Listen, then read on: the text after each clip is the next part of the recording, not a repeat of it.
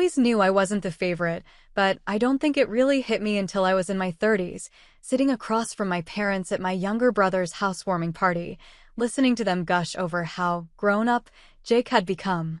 He had just gotten married to a sweet, quiet girl named Megan, and they were now the proud owners of a 3-bedroom house in a nice suburban neighborhood with a fenced yard and a stupid little mailbox that looked like a red barn.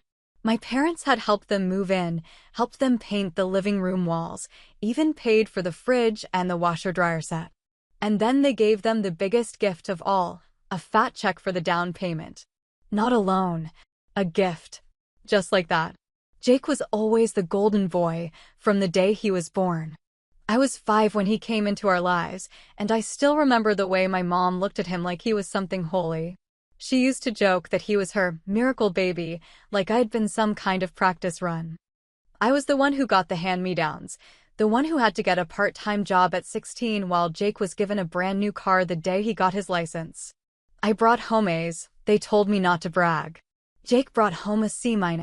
They celebrated like he'd cured cancer. When he got caught shoplifting in high school, they called it a phase. When I stayed out late with friends, they called me irresponsible. Still, I told myself it would balance out in the long run. I went to college on scholarships I had to fight for tooth and nail, while Jake got to float through community college and eventually dropped out because it wasn't a good fit. I moved out at 22 and worked 2 jobs just to afford a 1-bedroom apartment in a sketchy neighborhood with mold in the ceiling. Jake stayed home until he was 28, and when he finally moved out, it was straight into a house that my parents helped him buy. At that housewarming party, I was the only one who brought a gift that wasn't bought with someone else's money. I gave them a framed print of a map of the city where they met, a thoughtful, handmade thing I'd found from a local artist. Everyone else just showed up with gift cards or nothing at all. And yet, my mom barely even looked at it before setting it down next to a stack of envelopes, her attention already back on Jake. Later that night, after most of the guests had left, I found myself sitting with my parents on the back porch, the 3 of us sipping wine while Jake and Megan cleaned up inside. It was quiet. Peaceful, even. And then I asked it. I didn't mean to, but it just slipped out. So, I said, do you think you'd be able to help me out the same way you helped Jake? With a down payment, I mean. They both looked at me like I had asked for a kidney. My dad gave a little laugh, the kind of laugh people make when they're uncomfortable but also don't care enough to pretend otherwise. Emily, he said, you've always been independent. You'll figure it out. My mom nodded, like that settled it. You've always been the strong one. Strong. That's what they call you when they don't want to help you. When they want to let you drown, they tell you how good you are at swimming. I didn't say anything at first. I just looked down into my wine glass and smiled. That smile you make when someone slaps you, and you pretend it didn't hurt. You're right, I said after a moment. I will. And that was the moment. Not the moment I decided to prove them wrong. I'd been doing that my whole life. No, this was different. This was the moment I realized that I would not ask again. Not them, not anyone. I would figure it out, all right. But I wasn't going to forget. And I sure as hell wasn't going to forgive. Because some things break in silence. Some betrayals come not with yelling or slamming doors, but with casual shrugs and backhanded compliments. And when they break you that quietly, you learn to rebuild yourself in the dark. Brick by goddamn brick. When they told me to figure it out, they must have thought I'd come crawling back eventually, tail tucked and pride swallowed, maybe asking for a loan or a bit of mercy or some hand-me-down wisdom that I hadn't already taught myself 100 times over. But the truth is, I didn't crawl, I ran. And I didn't run for help. I ran for blood. There's something about being underestimated your whole life that creates a kind of pressure cooker under your ribs, a steady hum of quiet rage that never fully switches off. Some people burn out from it, some implode, but not me. I built from it. I built quietly, like a storm that doesn't crack thunder until it's already overhead. I picked up a second job within 2 weeks of that housewarming party.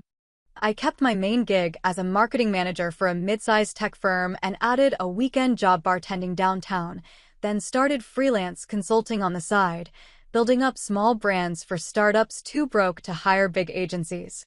I lived like a ghost. No dinners out, no vacation, no unnecessary purchases.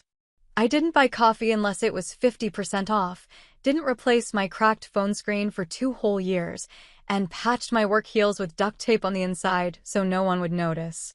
I drove a 10-year-old Toyota with a dent in the side and used a plastic bag to cover the window when the motor died in winter. But I saved. God, I saved like a damn hoarder saves junk mail and broken toasters. I learned how to invest, not the flashy kind, but slow, boring, methodical index funds that grew like moss on stone.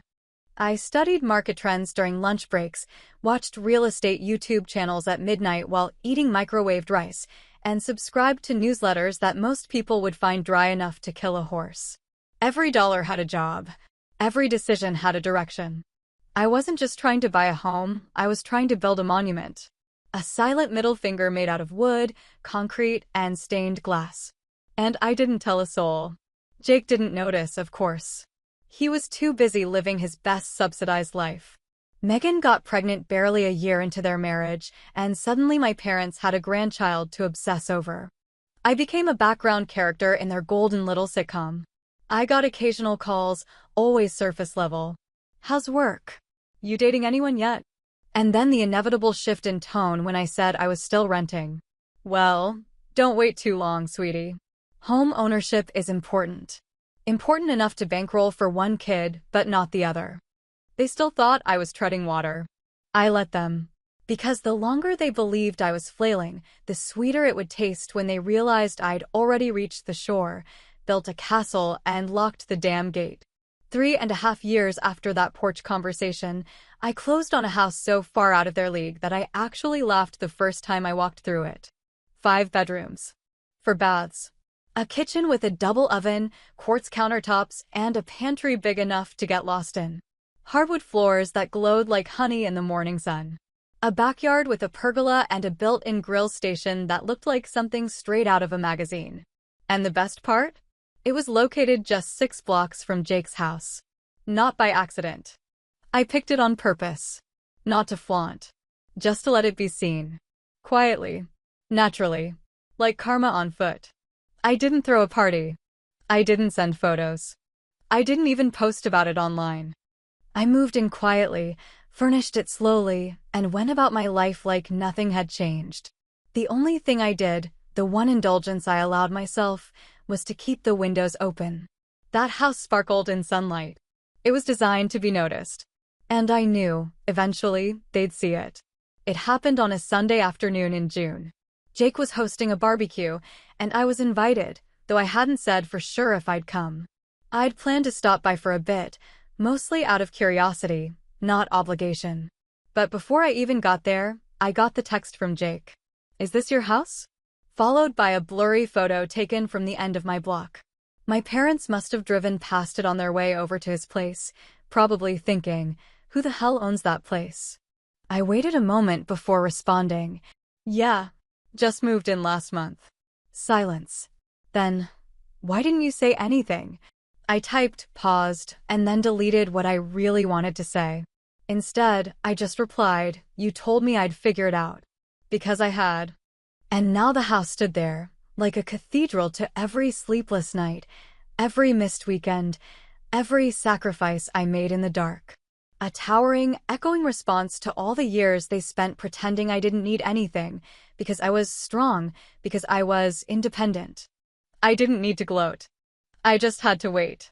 I didn't have to wait long after Jake's barbecue for the shift to begin, that subtle realignment in the air when people suddenly realize you're not the underdog anymore, not the afterthought or the background noise they can safely ignore.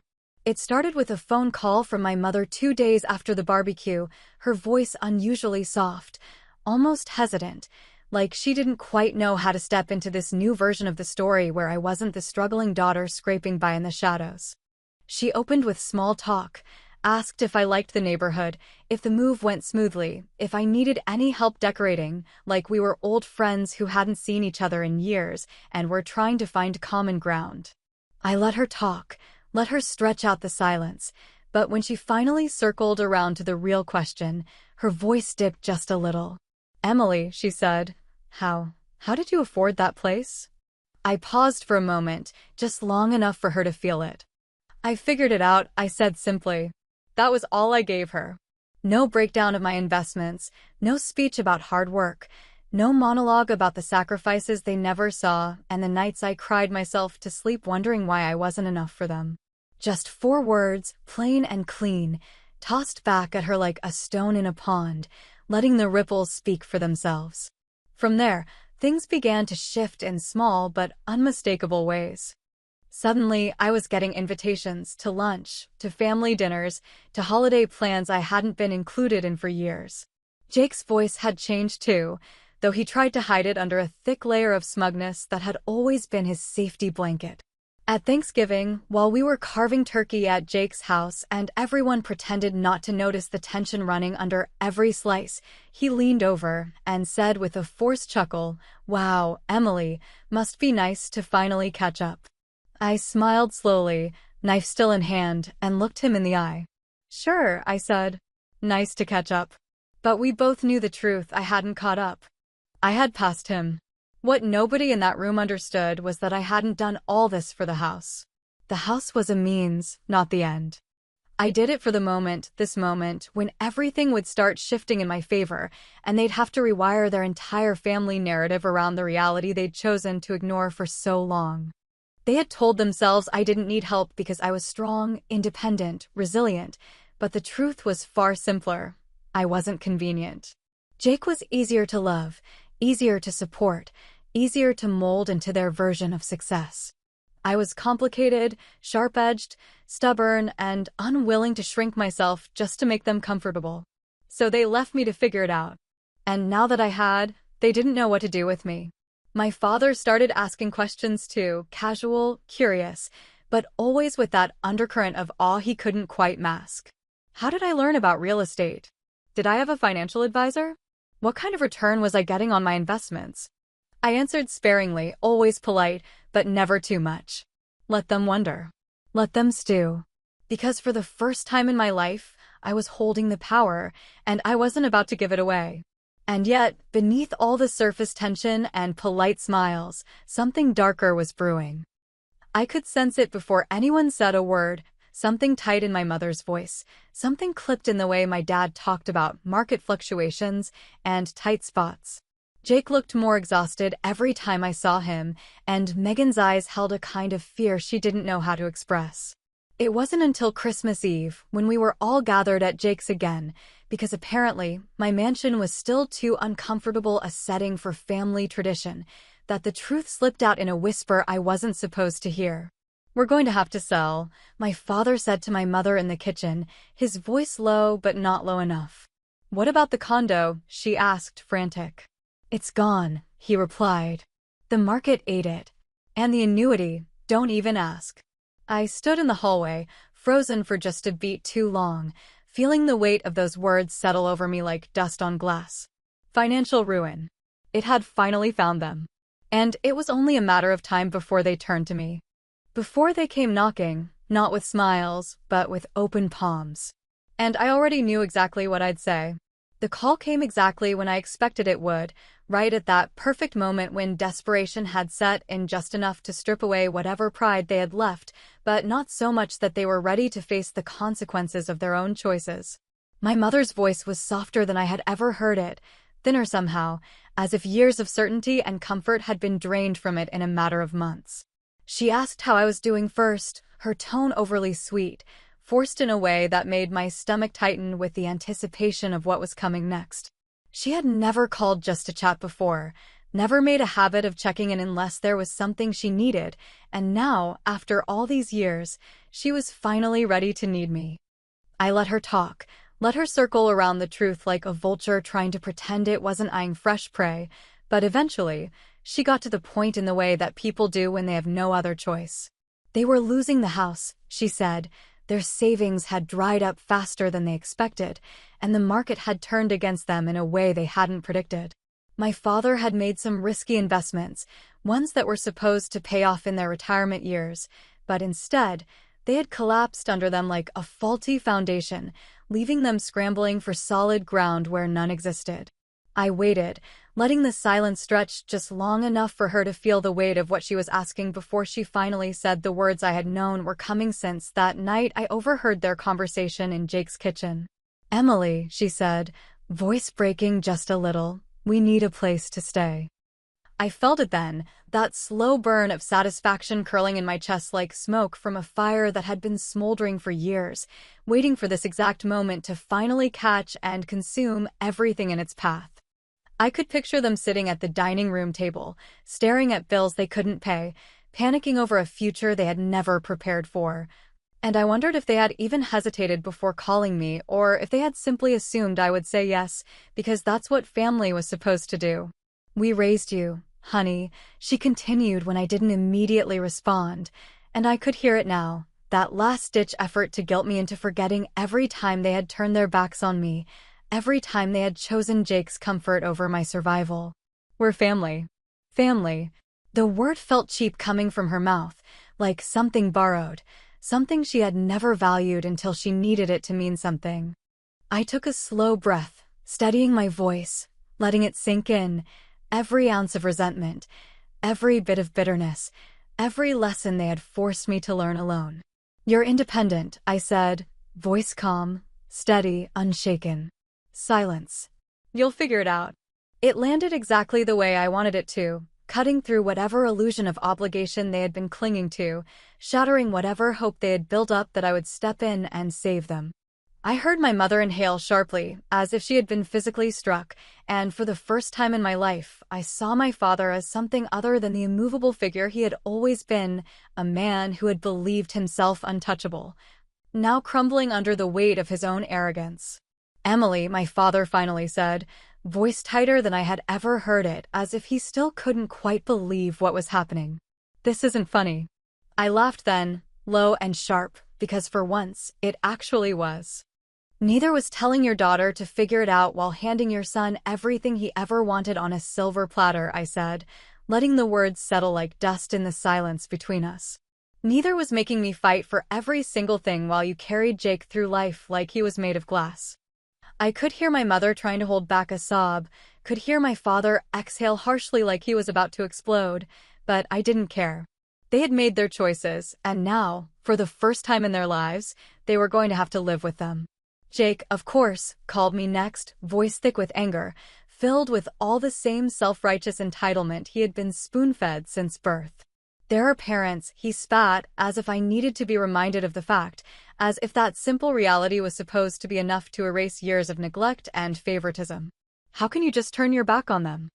I smiled, even though he couldn't see me, because for the first time in my life, I was the one in control. "How did you expect me to afford that house, Jake?" I asked, voice smooth, deliberate. "How did you think I pulled it off?" He faltered then, caught in the trap I had been laying all along, and I could practically hear the gears turning in his head as he finally began to understand. "I figured it out," I said again, the words heavy, final. And then, without another word, I hung up the phone.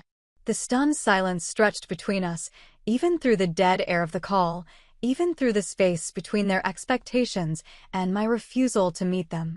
The tables had turned. And I wasn't the one scrambling anymore.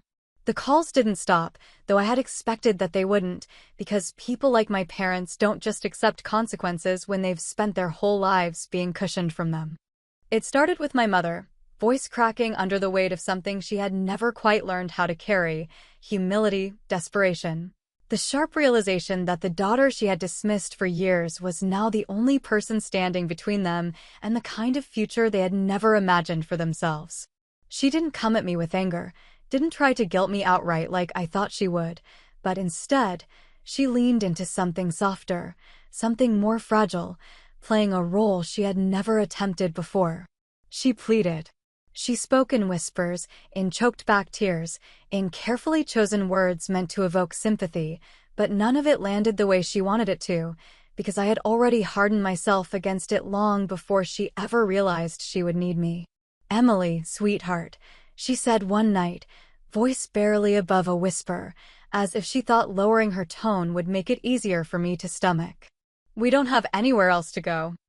I held the phone to my ear, listening to the silence stretch between us, feeling the weight of her words settle in my chest like something leaden and cold. There was a version of me, a younger, more naive version, who might have crumbled at the sound of her mother's voice breaking like that, who might have looked past every slight, every dismissal, every moment of neglect in the name of family. But I had outgrown that version of myself long ago. I exhaled slowly, measured, letting the moment drag just long enough for her to feel it, and then I spoke with the same quiet certainty I had carried since the day they told me to figure it out. "You should have thought about that," I said, voice steady, unshaken, "before you decided I wasn't worth the effort." The silence that followed was different this time, heavier, thicker, as if for the first time in her life, my mother was beginning to understand that I was not who she thought I was. That I was no longer the child she could push aside in favor of my brother without consequence. She inhaled sharply, a small, broken sound that might have meant something years ago, before I had learned how to survive without them, before I had learned that the only person I could ever rely on was myself. Then, as expected, came Jake. If my mother's approach was fragile, delicate, an attempt to draw sympathy from something that had never been nurtured in me, Jake's was the opposite. He came at me with anger, with self-righteous entitlement, with the same arrogant certainty that had been fed to him his whole life, the same belief that the world owed him something simply for existing. "You're seriously just going to let them suffer?" He snapped, voice sharp, biting, filled with the kind of outrage that only comes from a lifetime of being coddled. "What kind of person does that, Emily?" I could hear the accusation beneath his words, could feel the weight of everything he wasn't saying, the unspoken expectation that I would bend, that I would cave, that I would slip back into the role they had assigned me before I ever had the chance to choose one for myself. But I didn't flinch, didn't react, didn't let a single ounce of his anger shake me. Instead, I smiled, slow and deliberate, even though he couldn't see it. "I don't know, Jake," I said, voice smooth, unbothered. "What kind of parents do what they did to me?" He faltered then, just for a second, just long enough for me to hear the hesitation in his breath, the momentary break in his confidence, because he knew. He had always known. He had just never cared, not when it had benefited him, not when it had kept him comfortable while I was forced to fight for every scrap I had. "You're heartless," he spat, like the words would cut me down, like they would do anything more than bounce off the walls I had spent years building around myself. "You're just doing this to hurt them." I let the silence stretch between us, let him sit in the weight of his own words, and then I gave him exactly what he deserved. I learned from the best. The phone went dead after that, the silence swallowing up whatever else he might have said, but it didn't matter. There was nothing left to say. They had played their part, and now they would live with the consequences. And yet, as I stood there in my too big house, surrounded by everything I had fought for, I felt something strange settle in my chest, something I hadn't anticipated. I had won. I had done exactly what I set out to do, had proven every single one of them wrong, had taken back every ounce of power they had tried to deny me. And yet, as I watched them walk away, as I closed the door on them forever, I found myself wondering why it didn't feel as satisfying as I had imagined it would. Was I right? Or had I simply become everything I had once hated? I didn't know the answer. And maybe I never would.